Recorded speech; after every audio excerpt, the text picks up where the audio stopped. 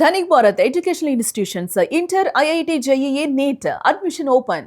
బీజేపీలో కీలక పరిణామాలు చోటు చేసుకుంటున్నాయి. కేంద్ర మంత్రివర్గంలోకి దేవేంద్ర ఫడ్నవీస్ ని తీసుకునేటువంటి అవకాశం కనబడుతున్నాయి. అయితే కేంద్ర విద్యాశాఖ మంత్రిగా ఆయన నియమించేటువంటి అవకాశాలు ఉన్నాయి అంటూ కూడా జోరుగా ప్రచారం సాగుతుంది. అత్యవసరంగా ఢిల్లీకి పిలిపించింది బీజేపీ అధిష్టానం. ఆర్ఎస్ఎస్ లో నాగపూర్ వేదికగా ఒక బలమైనటువంటి నేతగా దేవేంద్ర ఫడ్నవీస్ కి గుర్తింపు ఉంది. భవిష్యత్తు ప్రధానమంత్రిగా దేవేంద్ర ఫడ్నవీస్ పేరు కూడా ప్రచారంలో ఉంది. ప్రస్తుతం మహారాష్ట్ర ముఖ్యమంత్రిగా ఉన్నారు దేవేంద్ర ఫడ్నవీస్. కేంద్ర మంత్రివర్గంలో దేవేంద్ర ఫడ్నవీస్ చేరేటువంటి అవకాశాలు అయితే చాలా స్పష్టంగా కనబడుతున్నాయి. ఆర్ఎస్ఎస్ అండ క్షేత్రస్థాయి నుంచి బీజేపీలో ఎదిగినటువంటి వైనం ఈ రెండు కూడా దేవేంద్ర ఫడ్నవీస్ కొంతవరకు కలిసి వచ్చేటువంటి అవకాశం అయితే చాలా స్పష్టంగా ఉంది. బీజేపీ అధిష్టానానికి అత్యంత నమ్మకస్తుడుగా దేవేంద్ర ఫడ్నవీస్ ఉన్నారంటూ కూడా ప్రచారం జరిగింది.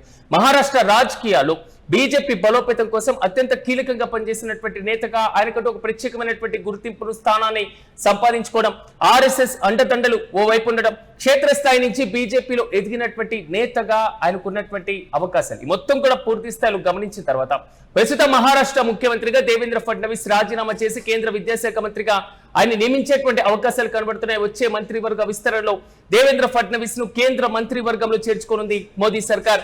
ప్రధానంగా వచ్చే అంటే భవిష్యత్తు ప్రధానమంత్రిగా కూడా దేవేంద్ర ఫడ్నవీస్ పేరు ప్రచారంలో సాగుతున్నటువంటి వైనాన్ని మనం చూస్తున్నాం. ఇక ఇదే అంశంపై మరింత సమాచారం మా ప్రతినిధి కిరణ్ అందిస్తారు. కిరణ్ చెప్పండి, భవిష్యత్తు ప్రధానమంత్రి future prime minister of India Devendra Fadnavis అనేటువంటి పేరు ప్రముఖంగా వినబడుతుంది. ఇప్పటికైతే విద్యాశాఖ మంత్రిగా నియమించేటువంటి అవకాశాలు అంటూ జోరుగా ప్రచారం సాగుతుంది. అసలు ఎలా చూడొచ్చు అంటే రీసెంట్ అప్డేట్స్ ఏంటి? సిరాజ్, కేంద్ర క్యాబినెట్ లేకి దేవేంద్ర ఫడ్నవీస్ తీసుకుంటారంటూ ఒక జోరుగా ప్రచారం జరుగుతుంది. ఇప్పటికే ఢిల్లీకి బీజేపీ అధిష్టానం పిలిపించింది. అటు దేవేంద్ర ఫడ్నవీస్ తో పాటు ఇటు ఏక్నాథ్ సిండే కూడా ఢిల్లీకి వచ్చిన నేపథ్యం ఉంది. అయితే ఢిల్లీలో ఏం జరగబోతుంది, కాక్రోచ్ పార్టీ ఆందోళన తర్వాత బీజేపీ స్టెప్ ఎలా ఉంది, ఇటు ధర్మేంద్ర ప్రధాన్ రాజీనామా చేశారు, నెక్స్ట్ స్టెప్ ఏంటి అనే అంశాలపైన బీజేపీ అధిష్టానం మల్లగుల్లాలు పడుతుంది.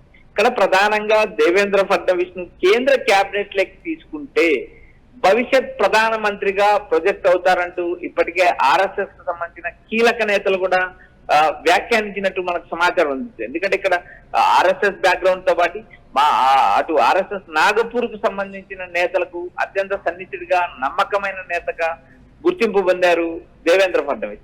అయితే ఇక్కడ ప్రధానంగా మోడీ వారసుడు ఎవరు అనే అంశాన్ని పరిగణలోకి తీసుకున్నప్పుడు చాలా వరకు పేర్లు వచ్చాయి. అమిత్ షా పేరు వచ్చింది, అటు యోగి పేరు వచ్చింది, ఇలా రకరకాల పేర్లు తెరపైకి వచ్చినప్పటికీ అత్యంత సున్నిత మనస్కుడైన, అత్యంత తెలివిపరుడైన, ఏ సమస్యనైనా జటిలం కాకుండా పరిష్కరించగల నేతగా సామర్థ్యం ఉన్న దేవేంద్ర ఫడ్నవీస్ వైపు ఆర్ఎస్ఎస్ మొగ్గు చూపుతుందంటూ ఒక జోరుగా ప్రచారం జరుగుతుంది. ప్రస్తుతం కేంద్ర కేబినెట్ లోకి దేవేంద్ర ఫడ్నవీస్ వస్తే భవిష్యత్ ప్రధానమంత్రిగా ఆయన ప్రొజెక్ట్ అయ్యే అవకాశాలు ఉన్నాయి. ఇప్పటికే బీజేపీ వరుసగా 3 సార్లు అధికారంలోకి వచ్చింది. 2 సార్లు పూర్తి పదవీ కాలంలో ప్రధానమంత్రి మోడీ ఉన్నారు. గత 12 ఏళ్లుగా ఆయన ప్రధానమంత్రిగా కొనసాగుతున్నారు. గతంలో గుజరాత్ ముఖ్యమంత్రిగా పనిచేశారు. అయితే మోడీ వారసుడు ఎవరు అనే అంశం తెరపైకి వచ్చినప్పుడు ప్రధానంగా దేవేంద్ర ఫడ్నవీస్ పేరు దేశవ్యాప్తంగా ప్రచారం జరుగుతుంది. మహారాష్ట్ర రాజకీయాల్లోనే కాదు, ఇటు దేశవ్యాప్తంగా అటు బీజేపీని ఇటు ఆర్ఎస్ఎస్ ని సమర్థవంతంగా నడపగల నేతగా ఇప్పటికే గుర్తింపు పొందిన పరిస్థితి. అయితే ప్రస్తుతం జరుగుతున్న రాజకీయ పరిణామాలు ఏదైతే మోడీ హవా క్రమేపీ తగ్గడం, మరో నాయకుడిని ఎస్టాబ్లిష్ చేయడానికి ఆర్ఎస్ఎస్ కూడా ప్రయత్నాలు చేస్తుంది. ఈ నేపథ్యంలో భాగంగా ప్రధానమంత్రి నరేంద్ర మోడీ క్యాబినెట్ లోకి దేవేంద్ర ఫడ్నవీస్ ను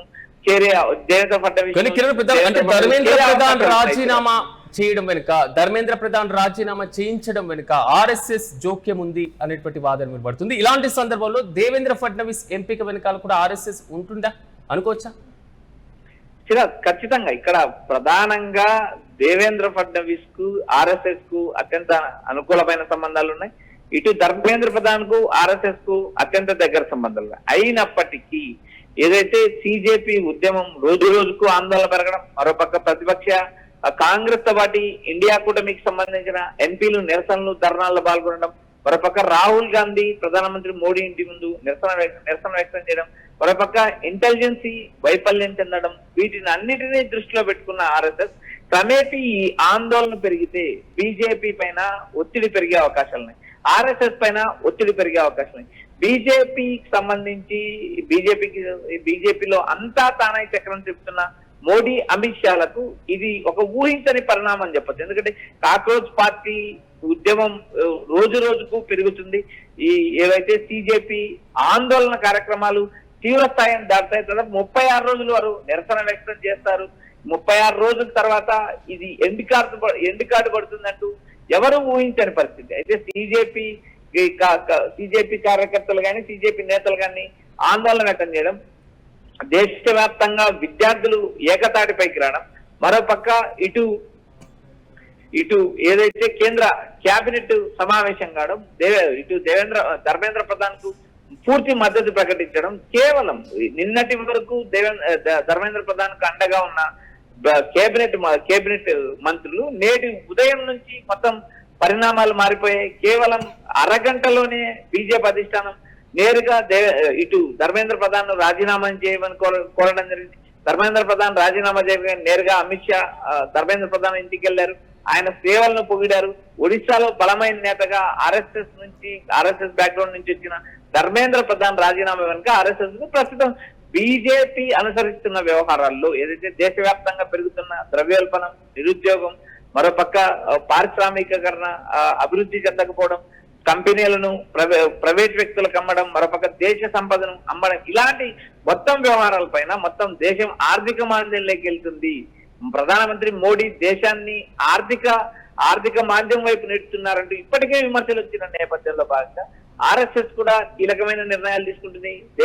ఇక్కడ ఒక చిన్న డౌట్ కూడా వస్తుంది. ఒకవేళ దేవేంద్ర ఫడ్నవీస్ ని మొత్తానికి కేంద్రానికి పరిమితం చేయాలి అనేటువంటి ఆలోచన పైన నిర్ణయం తీసుకుంటే అసలు మహారాష్ట్రలో బీజేపీ నాయకత్వ ఆ లోటుని ఎలా భర్తీ చేసేటువంటి అవకాశం ఉండొచ్చు? ఎందుకంటే ఏకనాథ్ షిండే ఇప్పటికీ కూడా మిత్రపక్షంగానే ఉన్నారు.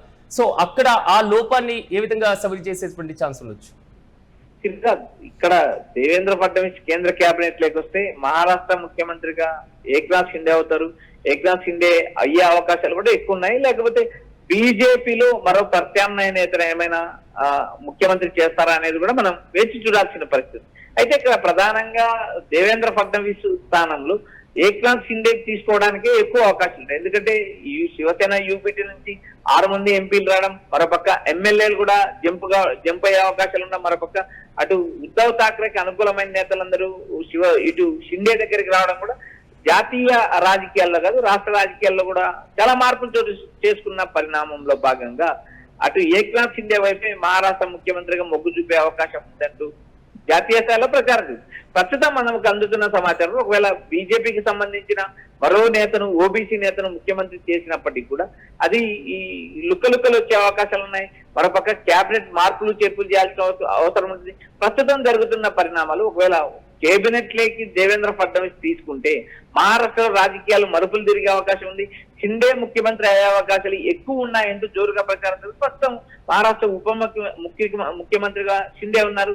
రాబోయే రోజుల్లో గత 2 నుంచి 3 రోజుల్లో జాతీయ రాజకీయాలే కాదు మహారాష్ట్ర రాజకీయాలు కూడా మారే అవకాశం ఉంది. మరోపక్క ఏదైతే మధ్యప్రదేశ్, ఇటు ఒరిస్సా లాంటి రాష్ట్రాల్లో ముఖ్యమంత్రుల మార్పుపై చర్చ జరుగుతుంది. మధ్యప్రదేశ్, రాజస్థాన్ లాంటి రాష్ట్రాల్లో కూడా ముఖ్యమంత్రులు మార్చాలనే కోణంలో బీజేపీ అధిష్టానం ప్రయత్నాలు చేస్తే అయితే చూడాలి మహారాష్ట్ర ముఖ్యమంత్రి మార్పు ఉంటుందా. దేవేంద్ర ఫడ్నవీస్ కేంద్ర కేబినెట్ లో చేరితే ఆయన భవిష్యత్ పీఎం గా ప్రొజెక్ట్ అవుతారంటూ ఆర్ఎస్ఎస్ వర్గాల నుంచి సమాచారం వినిపిస్తుంది.